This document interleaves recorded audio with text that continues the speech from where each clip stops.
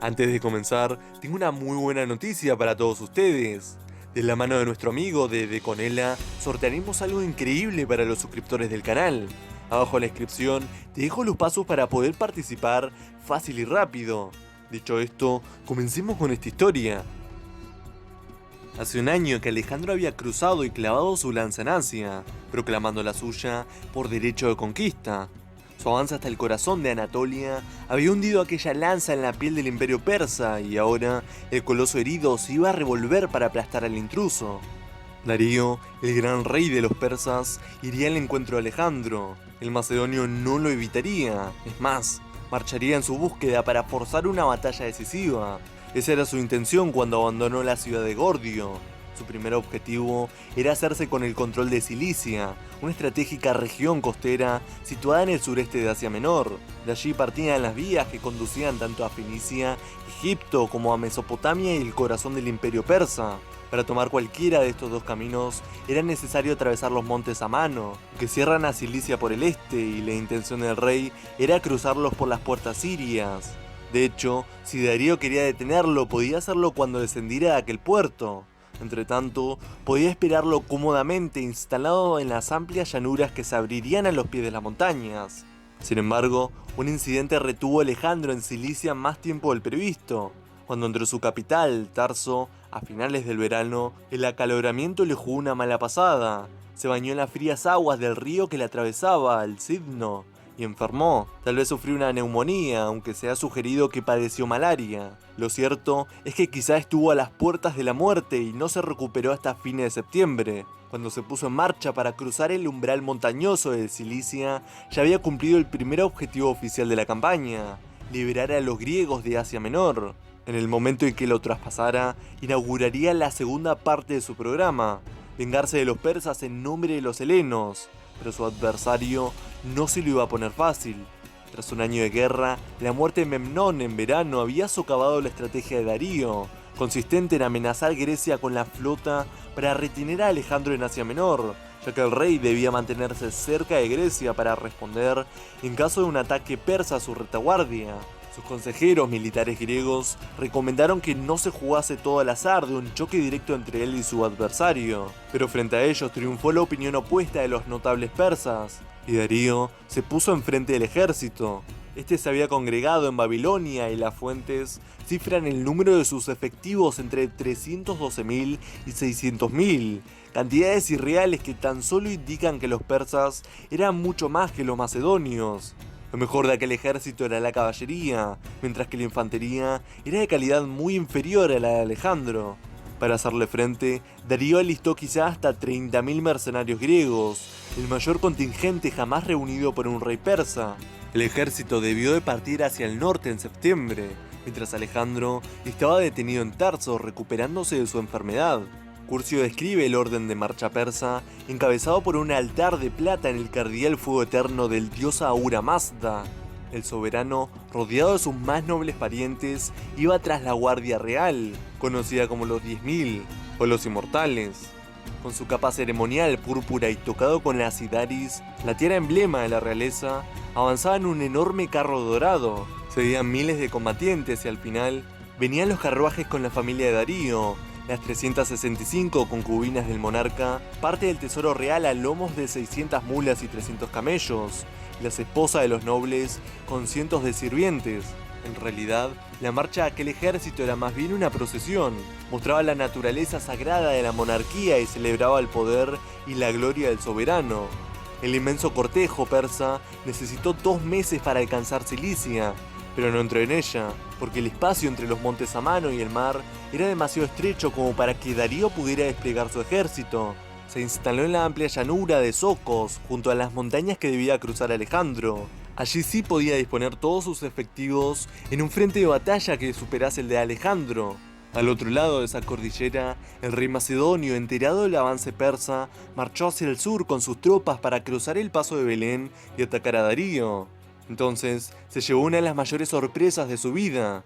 El rey persa atravesó los montes Amanos por un paso situado más al norte y se plantó en la retaguardia de Alejandro, cerca de la localidad de Isos, en la estrecha franja de terreno que se extendía entre las montañas y el mar. Ahora los macedonios estaban aislados en territorio hostil. Si perdían, podían ser aniquilados. Ni la retirada ni la derrota eran una opción. Pero si Alejandro parecía estar en una ratonera, Darío también se había metido en una trampa. El tramo del río Pínaro, entre los montes Amano y su desembocadura en el mar, un espacio que según Calístenes medía 2,5 kilómetros, era un frente demasiado estrecho como para que las tropas persas desbordaran al ejército macedonio. La batalla de Isos tuvo lugar a comienzos de noviembre del año 333. Los persas formaron en la orilla norte del Pínaro, que se ha identificado hasta con 3 ríos actuales. Darío se colocó en el centro de su línea de combate, detrás de los mercenarios griegos. A uno y otro lado de estos situó a los cardacos, la infantería pesada, y en el extremo de su ala derecha, junto al mar, dispuso su mejor fuerza ofensiva, la caballería, que debía flanquear al enemigo y empezar una maniobra envolvente. Por su parte, Alejandro se puso al mando del ala derecha, al frente de sus jinetes macedonios. En el centro dispuso la falange con sus arisas.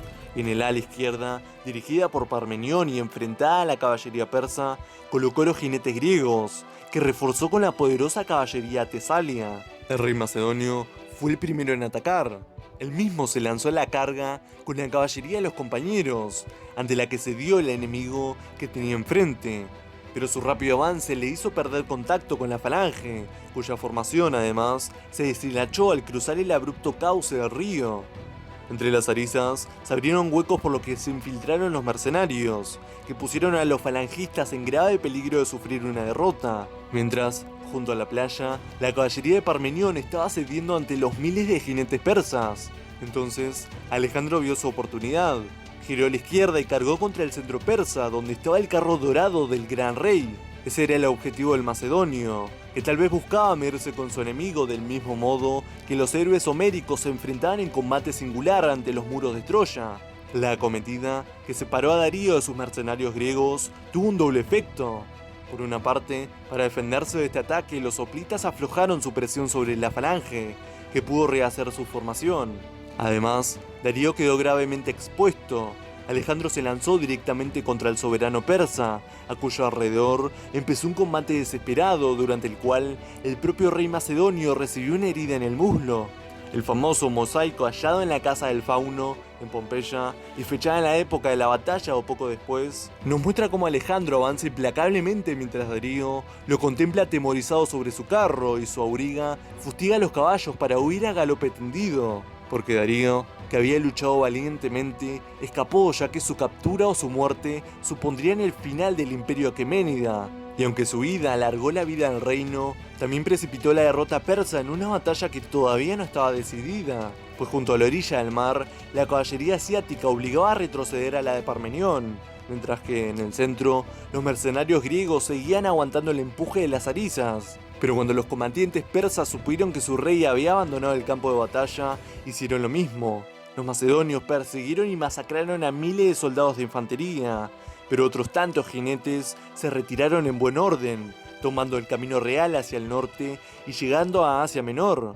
Allí engrosaron la resistencia persa, que se mantuvo durante meses y amenazó la retaguardia macedonia. Los experimentados mercenarios griegos también se retiraron ordenadamente. Por su parte, Alejandro emprendió una frenética persecución de Darío, que abandonó al caer la noche. Alejandro había triunfado, como en el Gránico, gracias a su genio militar y a su arrojo personal, y su victoria le aportó la gloria y un botín fabuloso. Mientras sus hombres se entregaban al saqueo en el gran campamento persa, el rey se hizo con la familia de Darío, su madre, su esposa, sus 2 hijas y su hijo, que, siguiendo la costumbre oriental, aguardaban allí en el final del choque. Alejandro trató a las mujeres con gran respeto, pues la madre y la esposa de Darío eran en sí mismas un símbolo del Estado, y el rey pretendía ganarse a las élites dirigentes persas en vista de una idea que posiblemente ya acariciaba: hacerse con el trono aqueménida. Hubo más buenas noticias. Parmenión se apoderó del tesoro real persa depositado en Damasco, que ascendía a 2.600 talentos de plata en monedas y otros 500 sin acuñar, el equivalente a los ingresos de un año del reino macedonio.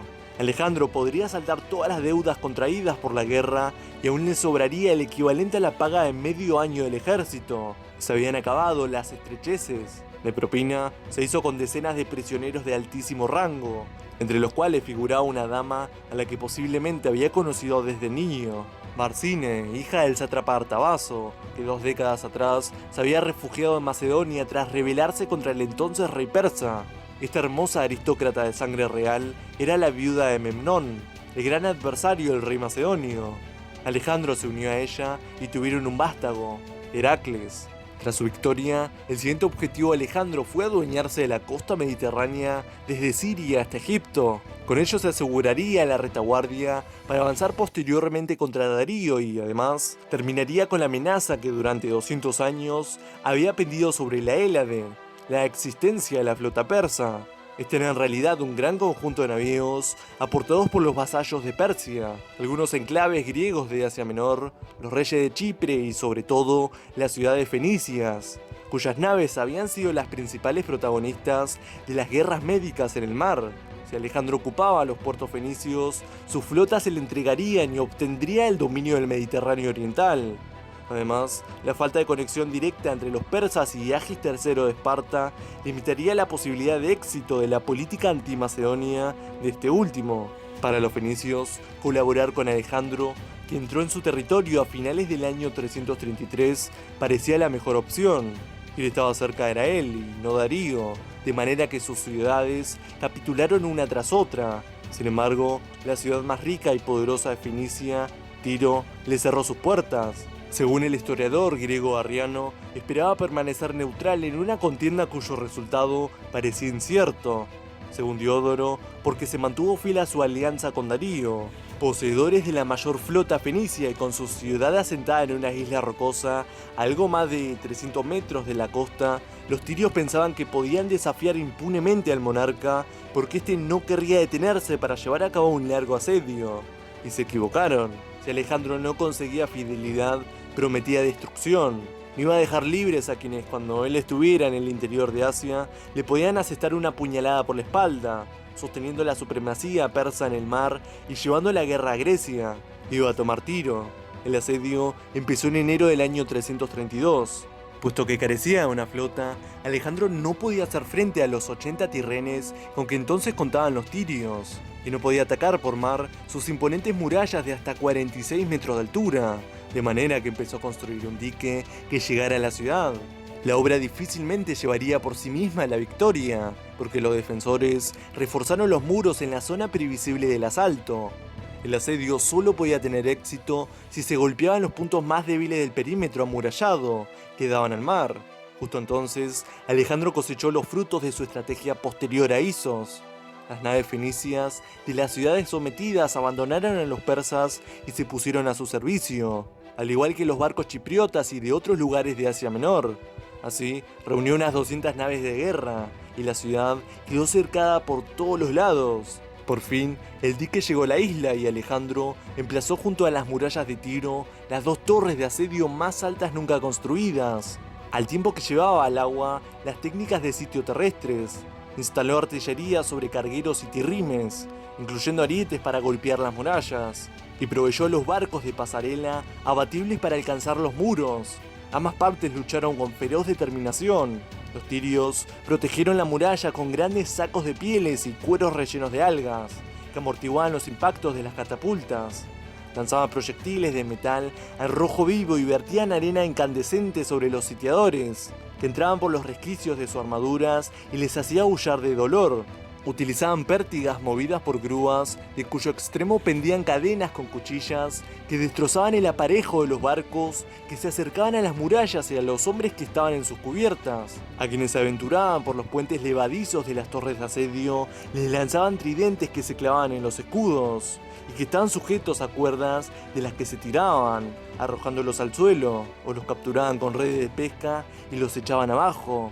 Alejandro utilizó todos sus recursos para el asalto final. Una parte de la flota atacó los 2 puertos de Tiro, otra parte circundó la ciudad y limpió los muros de defensores mediante la artillería y los arqueros, y los arietes derribaron un tramo de muralla por donde entraron los hipapistas mediante los puentes instalados en los navíos. Mientras, el propio Alejandro alcanzó las murallas por una de las pasarelas tendidas desde las torres. Los macedonios mataron a unos 8.000 defensores, 2.000 de los cuales fueron crucificados y, según Arriano, esclavizaron y vendieron tal vez a 30.000 personas. Parece inconcebible que, después de lo sucedido en Tiro, otra ciudad opusiera resistencia a Alejandro, pero eso fue justamente lo que pasó con Gaza. Situada al sur de Tiro, controlaba la vía costera que llevaba a Egipto. Su gobernador, Batis, se negó a rendirse y Alejandro quedó retenido allí durante otros 2 meses, posiblemente entre septiembre y octubre del año 332. La guarnición árabe y persa resistió con no menos valor y energía que los tirios.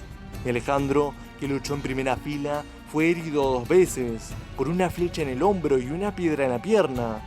Cuando se derrumbó la muralla, irrumpieron los hipapistas, con Alejandro en primera línea. Murieron entre 4.000 y 10.000 gazatíes y las mujeres y niños fueron esclavizados. El rey actuó de manera especialmente cruenta porque, según dice Curcio, ya estaba bajo la influencia de las costumbres extranjeras. Horadó los talones del malherido Batis, pasó unas correas por ellos y lo ató a un carro que lo arrastró en torno a la ciudad, vanagloriándose de haber hecho lo mismo que su antepasado Aquiles hizo con el difunto Héctor en Troya. La resistencia a ultranza de gazatíes y tirios se enmarca en una guerra que no estaba ni mucho menos decidida, en la que aquellos se alinearon con Darío, retrasando el avance de Alejandro y dando tiempo al rey persa para congregar un nuevo ejército en Babilonia y responder de forma contundente al invasor. Así pues, veremos una vez más la resistencia de Darío, que no pensaba entregar un vasto reino que podía defender perfectamente. Pero eso, lamentablemente, será cuento para otra noche. Si te gustó el video, dale me gusta y suscríbete al canal. Y a no olvidar, la paideia es eterna.